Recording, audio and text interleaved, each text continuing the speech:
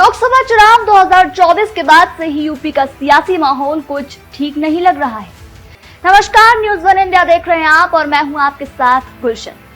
चुनावों के नतीजे आने के बाद से ही भाजपा में अंदरूनी बहस और उथल पुथल देखने को मिल रही है और अब वो मोड़ आ गया है जब भाजपा सभी आपसी मसलों को सुलटाने में जुटी हुई है और इसी के साथ विधानसभा उपचुनाव में जोर आजमाइश करने में लगी हुई है।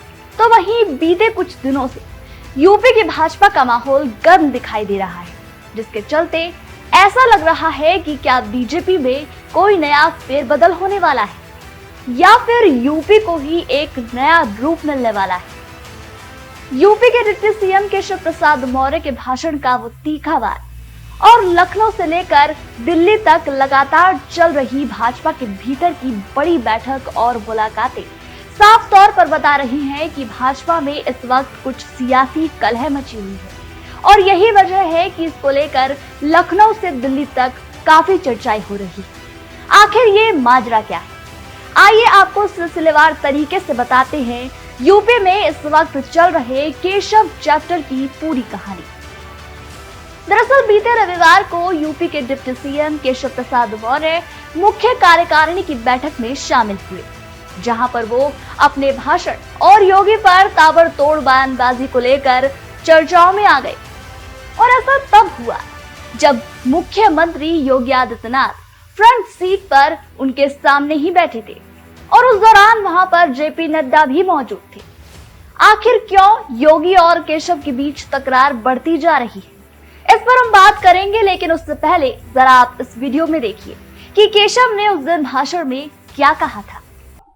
और आज इस प्रदेश कार्य समिति में मैं संगठन के वरिष्ठता हमारे देश के और प्रदेश के नेतृत्व के सामने कह रहा हूं, संगठन सरकार से बड़ा है।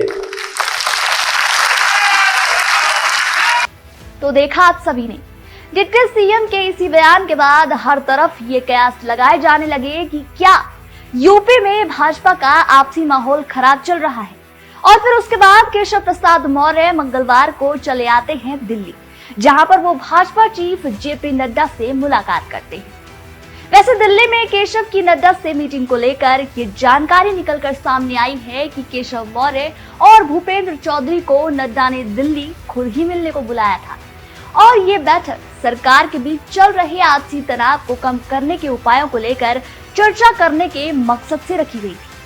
बताया ये भी जा रहा है कि इस मीटिंग में भाजपा अध्यक्ष जेपी नड्डा ने केशव प्रसाद मौर्य की क्लास भी लगाई थी। उनसे साफ तौर पर कहा था कि किसी भी हालत में ऐसे बयानबाजी बिल्कुल ना की जाए जिससे सरकार और संगठन के आपसी तालमेल को लेकर सवाल खड़े हों।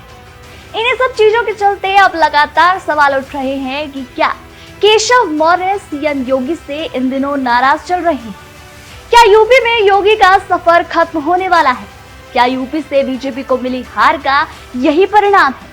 इससे जुड़े तमाम पहलुओं पर हमारी नजर बनी रहेगी। इस खबर पर आपकी क्या राय है, हमारे कमेंट सेक्शन में जरूर बताएं और इसी तरह देश और दुनिया के तमाम खबरों के लिए देखते रहिए न्यूज़ वन इंडिया।